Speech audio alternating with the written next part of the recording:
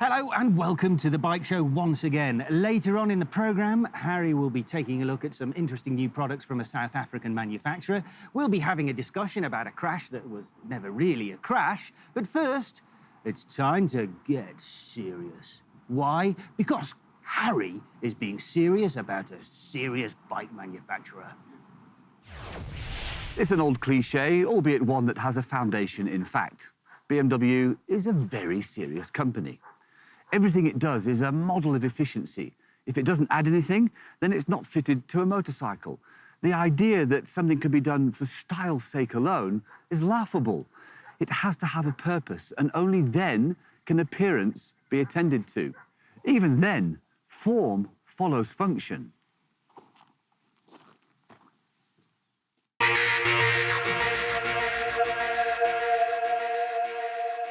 BMW has never felt they had to keep up with anybody, to compete with anybody. They lead, others follow, and if they don't, well, that's their lookout. The BMW way is the only way, and that's that.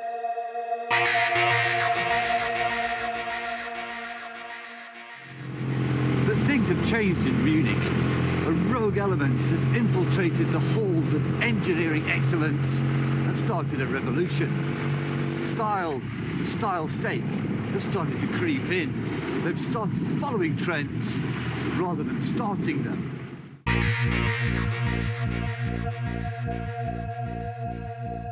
And as a result, they've started to lie to us. And here's the biggest lie possible, the RnineT Urban GS. The what? What on earth is an Urban GS? We talk about the urban jungle, but what's in it that can't be tackled by any bike? No, make no mistake. This is BMW's attempt at style for style's sake. And looked at with those eyes, it's a bike for people who are moved by the styling, not the promise of adventure in far-off dusty climes. And what's wrong with that? Lots of manufacturers are jumping on the bandwagon. Triumph and Ducati, for example, have delved deeply into their back catalogue for inspiration, whereas BMW have created this new look based on nothing but their imagination.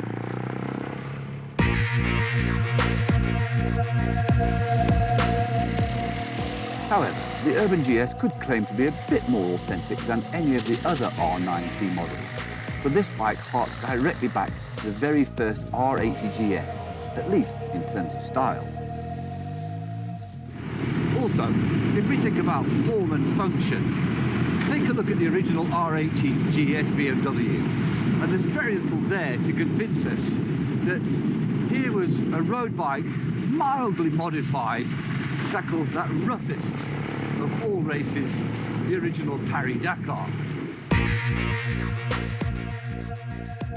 The fact that it did so very successfully is more of a statement about the state of the art back in the early 80s.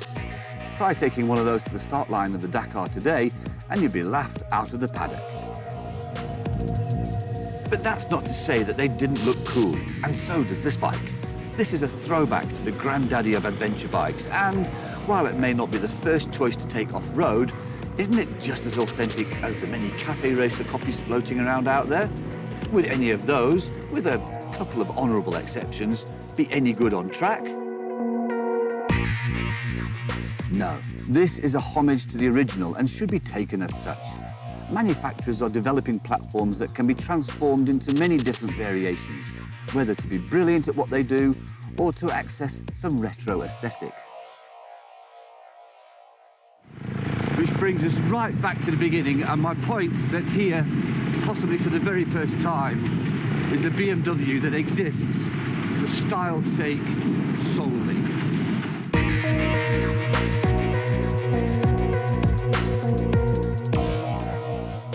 And to be honest, there's nothing particularly wrong with that. As a urban bike, it's very good. What more could you possibly need? Punchy performance, smooth chassis and suspension, good ergonomics, and despite the appearance, really comfortable seat, funky good looks. Take it for what it is, and it's a very good urban assault machine. For once, BMW has given us what they think we want, not what they tell us we need.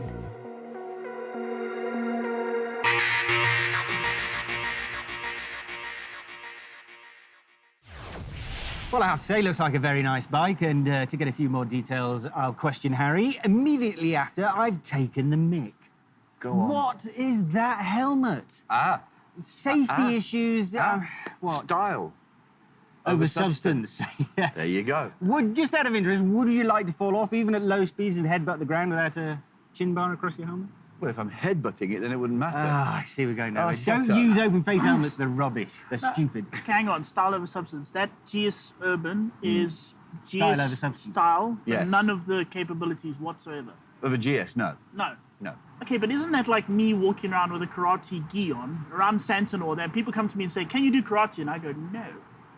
But Not isn't really, that no. isn't that the nature of all retro bikes? Is that they are just about style over Well, substance? this is where I wanted to go with this. So, does performance or ability matter with these retro bikes? Is style the only important thing? It's the major thing, yes. I kind of wonder because of the difference between, say, the old scramblers. I mean, those were from the 60s, and even the bikes in the 60s then were not that good at off-road, despite being off-road bikes.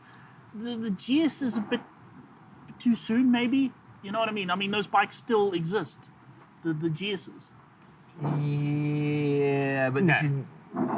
No, he's talking rubbish, actually. He actually is talking. Yeah, don't I was let him thinking get away about with it. that. Yeah. It's just absolute cobblers. All these retro bikes are undoubtedly style over substance. Yes. But they have enough substance to be good bikes in their own right. But is that what people who are buying them for, are they buying it for that? Are they buying it for the performance and the ability? No, of course not. It's just for style. It is just for style. And the styling works. I think the bike looks great. I mean, how far do they take the retro features on this bike? Is styling the only retro thing they can have? Could they build a little oil leak or something? Or drum brakes? Yeah, they're never going to go backwards, but I quite like your oil leak thing. He's on the options, 1 or 2 oil leaks. Two, please. How far back are they actually going to go? I mean, is someone going to come out with a bike, a commuter of sorts, it looks like a 916? Yes, For that's example. what it's saying. This is the Well, thing. you think we've just had the we haven't had it on the show yet, but Kawasaki's Z9 RS is a kind of take on a 1970s Kawasaki. So Yeah. your retro is now in the 1970s. Next decade, Are we 1980s. Are we going to see a retro superbike? Like a slab-side Suzuki GSXR GSX, you know? 750 or Are we- something, I mean, yeah. is it going to keep going? But the thing is, those bikes are all more about performance than they are about style, aren't they? So maybe it won't work on a yeah, superbike. but I mean, if you look to the original Bonneville, that was about performance in its day, so... But the modern Bonneville isn't. boring myself to death now, actually. This conversation's going absolutely nowhere. Give me some more details. How much does this damn thing cost? 180,000 rand. Okay, I'm It's looking. okay, hang actually. on. I'm thinking Ducati Scrambler 1100 is Base model? 193. So And the normal all right. 800 scramblers, they're also, I mean, they go up to 180, don't they? They're in the sort of but that's the 150 to desert sled, 180 those sort of things, in that yeah, range. so it's So not it's in bad, the actually. ballpark. In the ballpark, 100 brake horsepower, about 100 pounds of torque. You enjoyed it, didn't you? I did enjoy it. You're a bit of a It's- retro guy as well yourself. You're a I'm a lot th- I'm more a style. throwback. You style over over substance, basically. Thank you very much. Yeah, whatever. See you after the break.